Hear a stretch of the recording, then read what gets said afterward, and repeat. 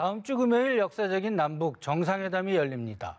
한반도 비핵화 평화체제 구축, 그 첫 성과가 나올 수 있을지 관심이 집중되는데요.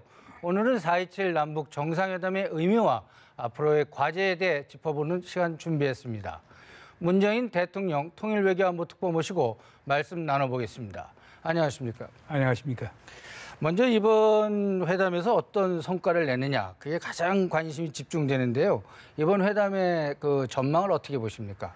글쎄요, 일부에서는 낙관론이 있어요. 그러니까 이번 정상회담하고 나면 진짜 황구적인 평화가 올 거라고 주장하는 분들도 있고, 또 일각에서는 상당히 비관적인 분들도 있죠.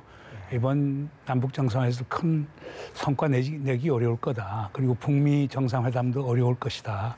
그러니까 이렇게 평창 올림픽을 통해서 만들어진 평화의 어떤 모멘텀이 제대로 그 발휘를 못할 것이다라고 하는 또 우려도 있습니다. 그러나 제가 볼 때는 낙관도 비관도 아니고 현 정부가 지금 상당히 신중하게 그리고 치밀하게 준비를 하고 있기 때문에 큰 기대도 그리고 그렇다고 큰 비관도 하지 말고 그다음 그냥 정상적인 상태에서 보는 게 좋지 않은가 생각이 됩니다. 왜냐하면 현 정부가 사실상 목표 자체를 그렇게 높게 세우고 있지는 않죠. 왜냐하면 어제도 청와대에서 나왔습니다마는 이번 정상회담 우리 측 슬로건은 그거거든요. 이번 정상회담 평화 새로운 시작. 이제 시작이라고 하는데 방점을 둬야 할 것 같습니다. 예, 여기 평화 새로운 시작 모토를 이렇게 뒤에 준비했는데요. 그 역시 이번 회담의 가장 큰 특징은 그 우리 문재인 대통령 임기 1년 안에 성사된 정상회담이라는 건데요. 앞으로 임기가 4년 남지 않았습니까? 앞으로도 이번 한 번이 아니고 계속 열릴 수 있겠네요. 대통령께서도 정례화의 가능성을 얘기하셨거든요. 제 개인적으로도 우선 정상회담이 정례화되고 또 그거에 대한 후속 조치로서 강요회담이 또 정례화되고 그러면서 또 국회회담까지도 정례화될 수 있으면은 그러면 우리가 2000년 1차 정상회담 때부터 계속 우리가 바랐던 것들이 그런 것이거든요. 그렇게 되면 남북한 간의 협력과 어떤 통합의 제도화가 이루어진다고 볼 수 있습니다. 그런 점에서 대통령께서는 이번에 꼭 남북 정상회담의 정례화를 성사시켜야 할 것입니다. 예. 그 일반적인 관심은 아무래도 어떤 정도의 그 합의가 나올 수 있을지, 특히 그 비핵화 합의에 대해서 관심이 많지 않습니까? 그래서 선언적 수준에 그칠까요? 아니면 좀 미국이 받아들일 좀 내용이 있는 그런 합의가 나올 수 있을까요? 어떻게 전망하십니까? 글쎄 핵 문제라고 하는 건 기본적으로 북한과 미국 간의 문제입니다. 그렇죠. 왜냐하면 우리가 줄 수 있는 것들이 없기 때문에. 그러나 하나 이제 우리 대통령께서 북한의 지도자하고 그 비핵화로 간다는 것을 분명히 명문화를 시켜놓으면은 그 나름대로 상당히 큰 의미가 있지 않는가 생각이 되고요. 그 다음에 두 분 정상 간에 이제 그 논의를 할 때 어떻게 소위 북의 지도자가 트럼프 대통령을 만났을 때 핵 문제기를 풀어나가야 되느냐 그런 거에 대한 구체적인 어떤 그 논의 같은 걸 할 수 있지 않을까 생각이 됩니다. 그런 점에서 비핵화의 어떤 큰 성과를 낸다기보다는 북한이 비핵화에 대한 의지를 문서로 명문화시켜 놓고 그리고 그것을 풀어나가는 그 단계적 방식에 대해서 남북한 지도자 간에 아주 그 심도 있는 논의를 할 수 있다면 거기에서 성과를 찾아볼 수 있지 않을까 생각이 됩니다. 의지를 그 문서로 명문화한다. 그게 아주 상당히 인상 깊은데요. 그리고 또 이 일각에서는 그 남북 정상회담 이후에 이제 남북 관계가 상당히 탄력을 받지 않겠느냐 이런데 사실 국제사회가 지금 대북 제재를 하고 있지 않습니까? 그래서 이런 제재 속에서도 우리가 할 수 있는 방안이 있을까요? 남북 관계 개선을 위해서. 그러니까 사실 이번 남북 정상회담의 의제는 세 가지거든요. 하나는 비핵화, 두 번째로는 항구적인 평화 정착을 위한 어떤 방도를 찾는 것, 그리고 세 번째는 남북한 관계를 발전시키는 건데 사실 두 번째 평화 정착 그리고 세 번째 남북한 관계 발전이라고 하는 것은 북한의 비핵화하고 사실 연동돼 있거든요. 그렇죠. 북한이 비핵화로 아주 구체적인 행보를 취하지 않으면은 평화 정착이라든가 남북한 발전이라는 게 쉽지가 않습니다. 그렇지만 북한이 비핵화에 대한 구체적인 행보를 보이게 되면은 우리가 기존에 했던 합의들 2007년 14 정상회담이라든가 또 2007년 11월 16일 날 채택이 된 남북한 총리회담 합의문이라든가 2007년 11월 27일 날 채택된 남북 국방장관 회담의 합의들이라고 하는 것을 이행할 수는 있겠죠. 그러니까 그런 점에서는 상당히 고무적이라고 저는 생각합니다. 예. 그 일전에 제가 우리 특보님께서 그 일본의 아사히 신문하고 인터뷰한 내용을 보고 생각을 좀 많이 해봤는데 김정은 그 위원장이 전략적 결단을 한 것 같다. 이런 말씀을 하셨습니다. 이 전략적 결단이 어떤 그 함의가 있는 건가요? 전략적 결단이라 하면 지금 김정은 지도체제의 기본 정책 목표는 병진 노선이거든요. 그렇죠. 즉 경제 발전과 핵무기를 동시에 발전하겠다. 예. 그리고 지금까지 북한의 모든 언술 구조를 보면은 이 병진에서 핵심은 사실상 핵무기에 있었어요. 그렇죠. 그러나 지난 1월 1일 소위 신년사 이후의 북한의 문건들을 보면은 사실상 그 핵무기보다는 경제에 더 방점이 주어지고 있거든요. 그리고 지난번 열린 최고인민회의에서도 보면은 사실상 핵무기에 대한 언급이 거의 없었습니다. 거의 없었죠. 그리고 예. 결국 경제 발전에 모든 역점을 둔다라고 하는 것은 결국 북한도 이 핵무기 갖고 북한을 먹고 살리는 게 아니다. 이제는 경제를 살려야 한다라고 하는 그런 어떤 결단을 내린 것 아니냐. 물론 그러려고 하면은 핵무기의 진전을 보여야 되겠죠. 왜냐하면 북한이 그 두 개를 다 가질 수는 없기 때문입니다. 그렇죠, 그렇죠. 그래서 그런지요, 북한 김정은 위원장의 그 행보가 국제적으로 관심을 아주 많이 받고 있는데 얼마 전에 전격적으로 중국 방문해가지고 시진핑 중국 국가주석을 만났습니다. 이렇게 정광석화처럼 발빠른 행보를 하고 있는데 지금 경제 어떤 발전을 도모하는 것과 함께 국제사회와의 관계 개선에도 적극적으로 나서고 있다고 보시는 거죠?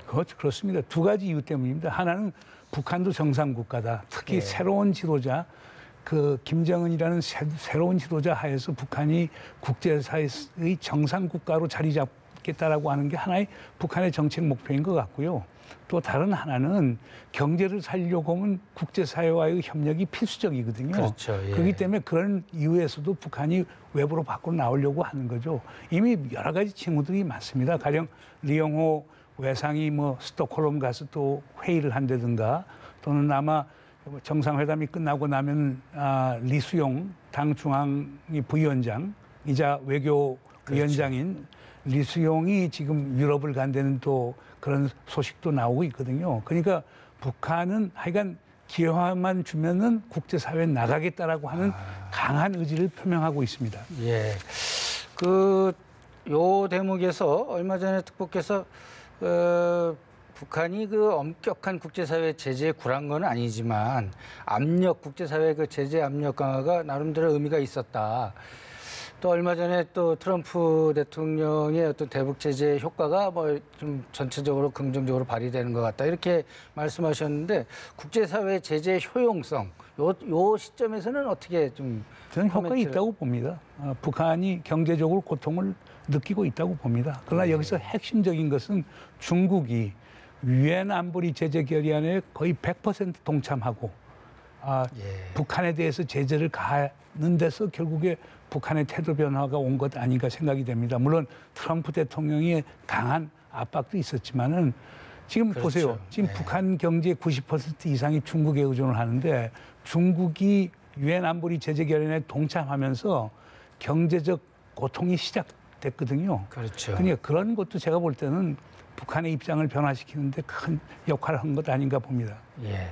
이제 그 트럼프 대통령하고 김정은 위원장 간에 이것도 역사적인 북미 정상회담 얘기를 해봐야 되는데요. 일단 성사되겠죠?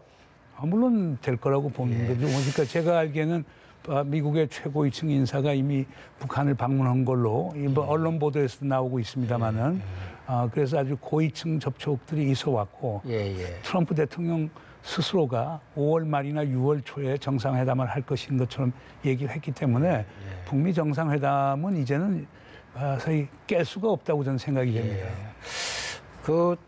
어디서 열리느냐 이 장소도 상당히 관심이 많은데 혹시 특보님께서는 이렇게 예상하는 글쎄 뭐 그거는 장소가? 미국 측에서 아직도 구체적인 언명을 하지 않았죠. 그러나 하여간 우리 워싱턴, 평양부터 시작해서 뭐 스톡홀름, 제네바 같은 소위 중립적인 국가의 도시, 심지어 어떤 분들은 제주도도 얘기를 하는데 예. 계속 논의를 하겠죠. 고향인 제주도에서 열리면 아주 뭐 저로서는 상당히 좋겠죠. 예. 예. 역시 그 가장 관심은 미국과 북한 정상이 만나면 이 비핵화에 대한 개념과 방식 이게 간극이 있을 거라고 뭐 일반적으로 생각을 합니다. 요 부분에 있어서 어떻게 잘 극복이 될 거라고 보십니까? 사실 비핵화의 개념 자체는 다 의견이 같지 않을까요? 예. 비핵화의 개념이라고 하는 것은 1992년에 비준된 한반도 비핵화 선언에서 나와 있습니다마는 예. 남과 북은 핵무기를 실험, 제조, 배치하지도 않고 또 핵무기를 들여와서 보관, 배치, 사용하지 않는다는 걸 분명히 했고요. 그렇죠. 그리고 또 그 한반도 비핵화 선언에서 얘기한 게 남과 북은 동시에 소위 군사 무기를 그렇죠. 목적으로 한 농축 우라늄과 소위 농축 시설과 재처리 시설을 갖지 않는다는 걸 분명히 했거든요. 그러면서 원자력을 평화적으로만 이용한다라고 하는 걸 분명히 했기 때문에 그 개념에서 누구도 차이가 있을 수 없죠. 그런 점에서는 완전하고도 소위 검증 가능한 불가역적 그 핵폐기라고 하는 것은 저는 북한도 그건 비핵화의 그렇죠. 개념으로 그건 받아들일 거라고 저는 알고 있습니다.